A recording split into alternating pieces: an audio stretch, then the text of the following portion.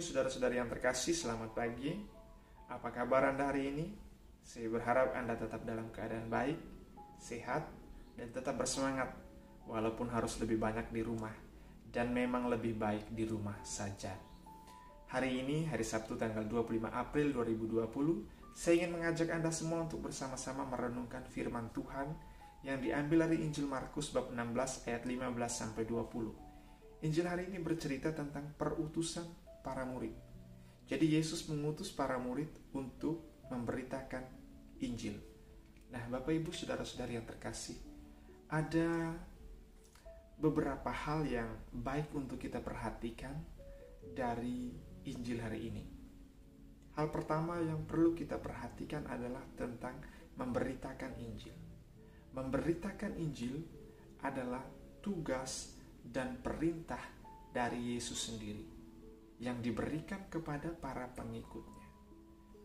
Bapak Ibu saudara-saudari yang terkasih, konsekuensinya memberitakan Injil menjadi suatu keharusan dan kewajiban bagi setiap orang yang memilih untuk mengikuti Kristus.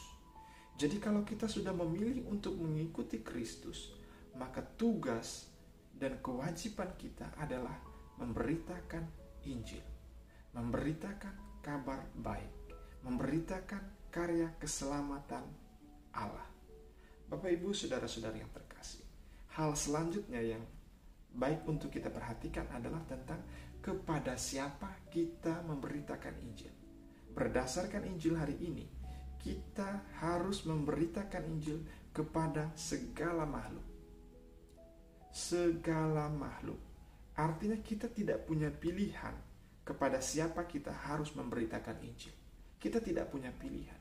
Kita tidak bisa memilih, saya mau memberitakan Injil hanya kepada orang yang Kristen saja, atau saya mau memberitakan Injil hanya kepada orang Flores saja, orang Dayak saja, orang Jawa saja.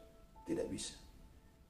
Tapi kepada semua orang, tidak peduli sukunya dari mana, tidak peduli latar belakangnya seperti apa, tidak peduli dia dari bangsa mana, negara mana, atau apapun lah hal-hal primordial lainnya. Itu tidak penting, tidak peduli. Tetapi yang harus kita ingat adalah kepada semua orang. Bapak Ibu saudara-saudari yang terkasih, kalau kita berbicara tentang memberitakan Injil kepada semua orang, tentu kita tidak bisa membawa kitab suci kita, kemudian membacakan kitab suci kita untuk orang-orang yang bukan Kristen. Tentu kita tidak bisa seperti itu. Lalu bagaimana kita harus mewartakan kabar baik, mewartakan Injil kepada mereka yang belum atau tidak percaya kepada Kristus? Hal yang bisa kita lakukan adalah kita hidupi apa yang tertulis dalam kitab suci kita. Karena kita tidak bisa membacakan kitab suci kita kepada mereka yang belum percaya kepada Kristus. Karena kalau kita melakukan itu, maka jelas kita akan ditolak, maka jelas kita akan ditentang dan dimusuhi karena alasan kristenisasi dan lain-lain. Maka hal yang bisa kita lakukan adalah menghidupi apa yang tertulis dalam kitab suci. Kita tanamkan dalam hati dan sanubari kita, hidupi, laksanakan dalam kehidupan sehari-hari, sehingga ketika orang melihat hidup kita, saat itu juga mereka melihat, mendengar, dan membaca Injil. Injil yang hidup. Misalnya, contoh, kalau kita mau mengajarkan orang tentang hukum kasih yang tertulis dalam kitab suci, kita tidak perlu membacakan apa yang tertulis dalam kitab suci kepada mereka yang tidak percaya kepada Kristus. Tetapi mari kita hidupi kasih itu, mari kita laksanakan hukum itu di dalam diri kita. Kasihi sesama, kasihi Tuhan. Dan ketika orang melihat hidup kita, orang mengerti tentang kasih. Orang mengerti tentang hukum kasih. Mengerti tentang mengasihi Allah dan mengasihi sesama.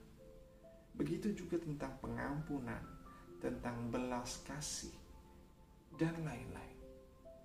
Bapak Ibu saudara-saudari yang terkasih, kadangkala kesaksian hidup itu berbicara dan berteriak lebih keras daripada pembicaraan dan teriakan itu sendiri.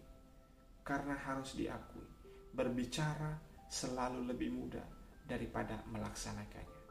Marilah kita jadikan hidup kita sebagai Injil yang hidup. Kita berusaha dan belajar menjadi Injil yang hidup, sehingga ketika orang melihat hidup kita, saat itu juga mereka sedang melihat Injil, sedang mendengarkan Injil. Salam, Tuhan memberkati.